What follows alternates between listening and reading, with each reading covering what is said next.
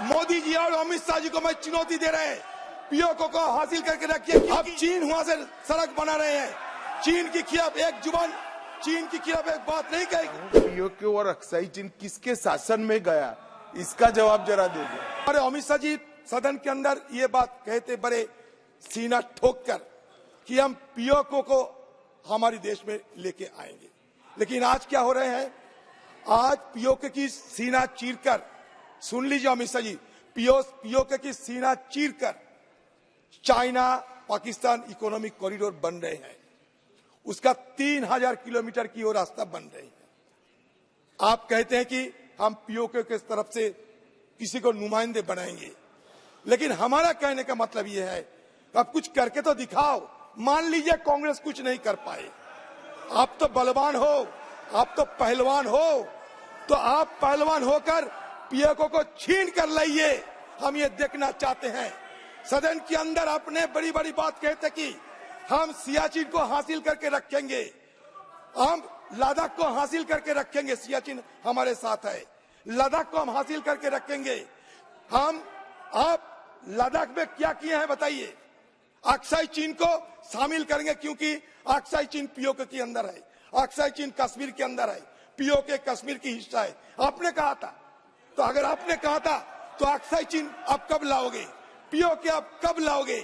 तो इसलिए पलवानी छोड़ के जो काम होना चाहिए, महिला जुबान पे पलवानी, मैं जुबान पे पलवानी की बात करते हैं, ऐसा नहीं किसी को अपमान करने का कोई इरादा नहीं, मैं जुबान पे पलवानी की बात करते हैं। बड़ी बड़ी बात तो कहते हैं, उसपे भी जो पीओके है उस पे भी महिला आरक्षण रखा है, चिंता मत करो। हाँ सर, बात तो यह कि पीओके तो हमारे हाथ में नहीं है, तो अमित शाह जी कहे कि कब पीओके हमारे हाथ में आएंगे।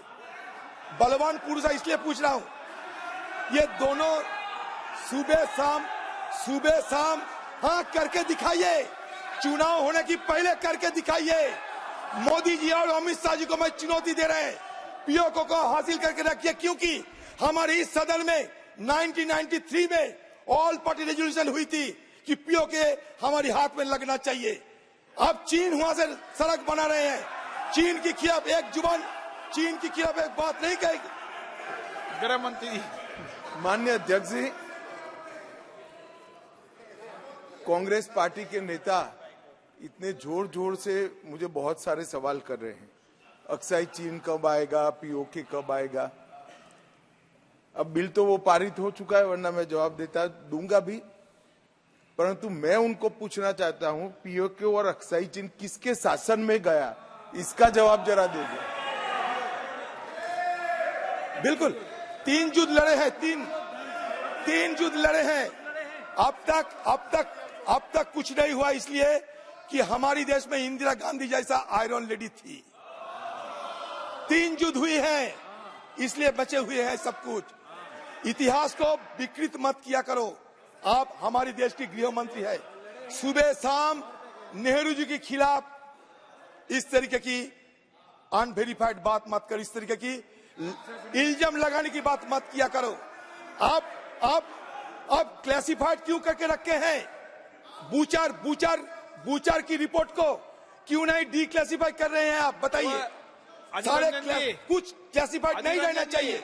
पुराने समय आप सब बातें बोल लिए हो, अब तो इस पे बिल पे बोल रहे हैं। सर बात यह कि सर किस समय क्या हुआ था इस विषय पे सर, अगर हमारी तरफ से ऐतिहासिक दृष्टिकोण की तरफ डिबेट नहीं करते, ऐतिहासिक दृष्टिकोण की छोड़कर अभी सिर्फ इल्जाम लगाने, आरोप लगाना, ये हमारे लिए सही नहीं होगा, क्योंकि हमारे कोई प्रधानमंत्री देश की इंटरेस्ट छोड़कर किसी दूसरे को मदद नहीं किए।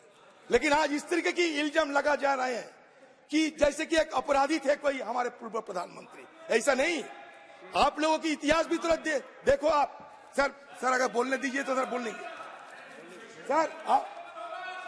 सर मैं बोलने दोगे ठीक रहेगा।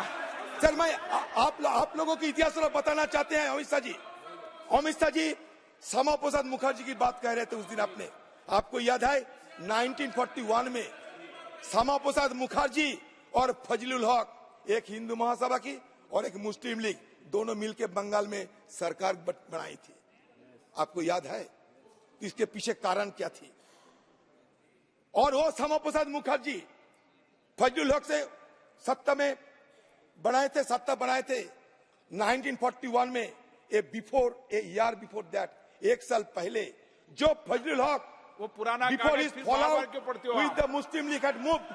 सर भाई, नहीं, ये कागज पढ़ चुके हैं पुराने नहीं, रिकॉर्ड में। पाकिस्तान रेजोल्यूशन फजलुल हक ने तय किए थे 40 साल में, और चलो। एक 40 साल मुल्क के साथ आप सरकार बनाने चले गए आगे थे। बढ़े। सिंध में नॉर्थ वेस्टर्न फ्रंटियर में मुस्लिम लीग के साथ क्यों अपने पार्टीशन की बढ़े। मदद करते हुए सरकार बनाए थे? चलो। जवाब है आपके पास।